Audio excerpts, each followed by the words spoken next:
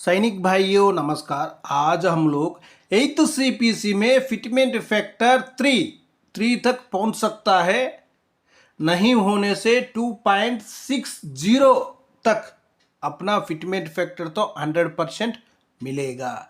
जो fitment factor अपना लिए 2.60 और 3 मिलने से अपना लिए बेनिफिट कितना मिलेगा, पूरा बहुत इंतजार में है। 8वें वेतन को लेकर जो पेंशनर्स हो या सर्विस पर्सन हो, पूरा बहुत इंतजार में है अपना सैलरी कब बढ़ेगा। सबसे पहले देख लेना, इधर कहीं भी देखो न्यूज चैनल में 3 बोलकर ही अभी आ रहे 8th CPC 3। जो पे कमीशन पहले शुरुआत हुआ था, पे कमीशन 1 से शुरू हुआ था। 1 कब मिला था अपना लिए, उसी के बारे में एक बार जानकारी लेंगे, देख लेना। फर्स्ट पे कमीशन मिला था 1946 में मिला था, सेकंड आकर 1957 में मिला था सेकंड पे कमीशन। फर्स्ट और दोनों का बीच 10 साल सेम। उसके बाद आकर थर्ड पे कमीशन मिला था 1973 में मिला था। उसके बाद फोर्थ आकर 1986 में मिला था। फिफ्थ 1996 में मिला था। उसके बाद सिक्स्थ पे कमीशन आकर 2008 में मिला था।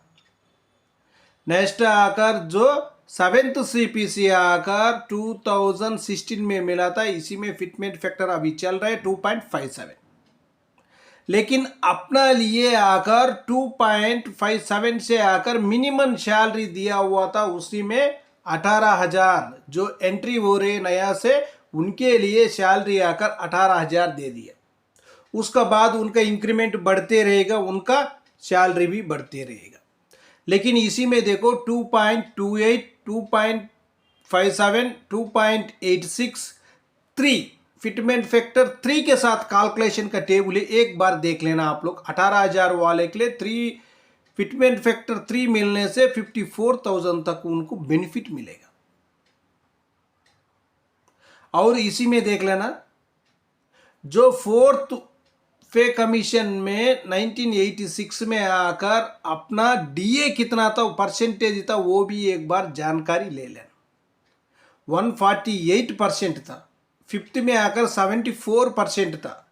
सिक्स्थ में आकर 125% था। 7th में आकर अभी कितना है, 58% है। उसके बाद 8 का तो बाद में देखा जाएगा कितना होगा क्या है।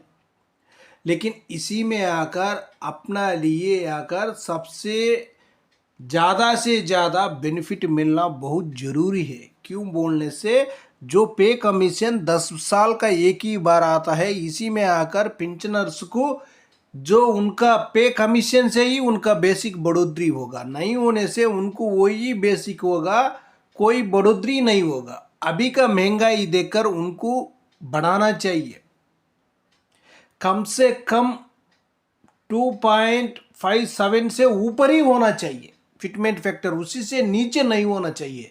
नीचे होने से क्या हो जाएगा, अभी का महंगाई में कुछ भी उसका टैबलेट, जो पेंशनर से उनका टैबलेट के लिए ही पैसा बचत नहीं होगा। अभी का जो चल रहे हैं उसी को पकड़कर सरकार जो पे कमीशन में 2.57 से ज़्यादा ही होना चाहिए। 3 देना चाहिए। 3 देने से ही अपना लिए कुछ ना कुछ बेनिफिट तो मिल सकता है, नहीं होने से बिल्कुल कम बेनिफिट मिलेगा।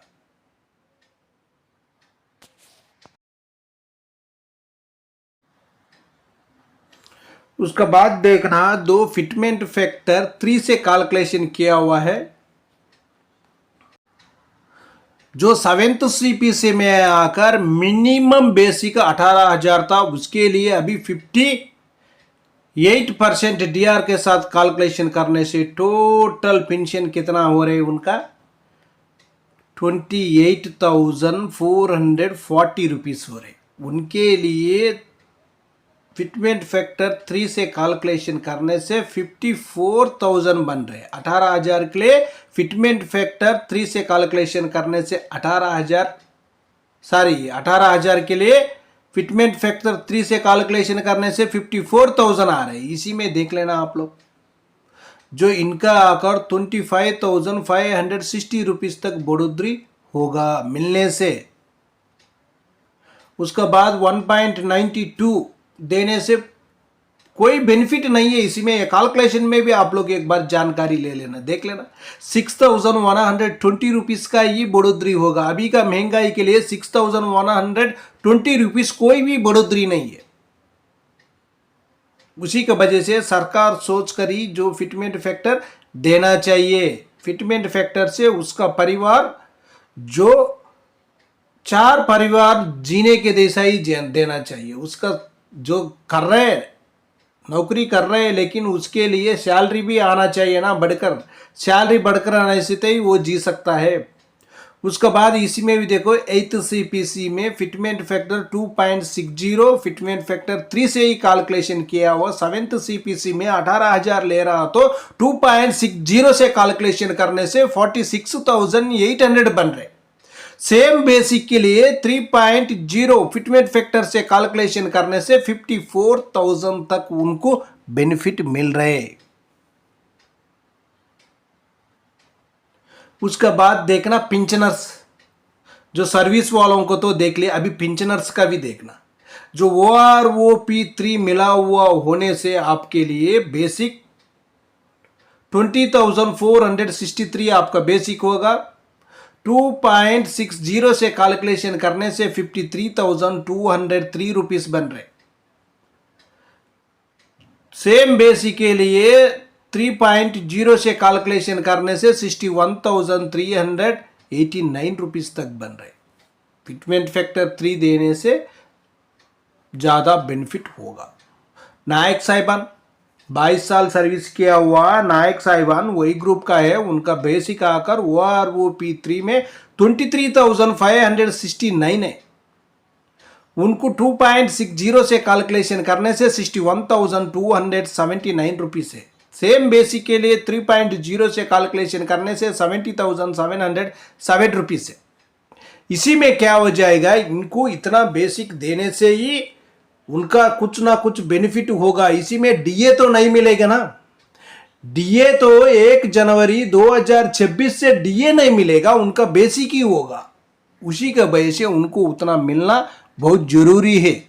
नहीं मिलने से उनका बेसिक कम हो जाएगा, उनका जो पेंशन भी कम हो जाएगा। DA तो ऑलरेडी नहीं मिलेगा 1 जनवरी से, उसके बाद ही मिलेगा।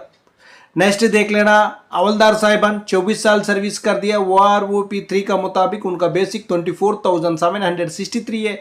2.60 से कैलकुलेशन करने से 64,383 रुपीज बन रहे 8वें वेतन में। सेम बेसिक लिए 3.0 से कैलकुलेशन करने से 74,289 रुपीज तक उनका बेसिक बन रहे।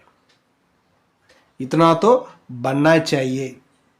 इतना बनने से ही उनका बेसिक में कुछ ना कुछ बढ़ोतरी होगा। ओके फ्रेंड्स, नेक्स्ट वीडियो में मिलेंगे। जय हिंद।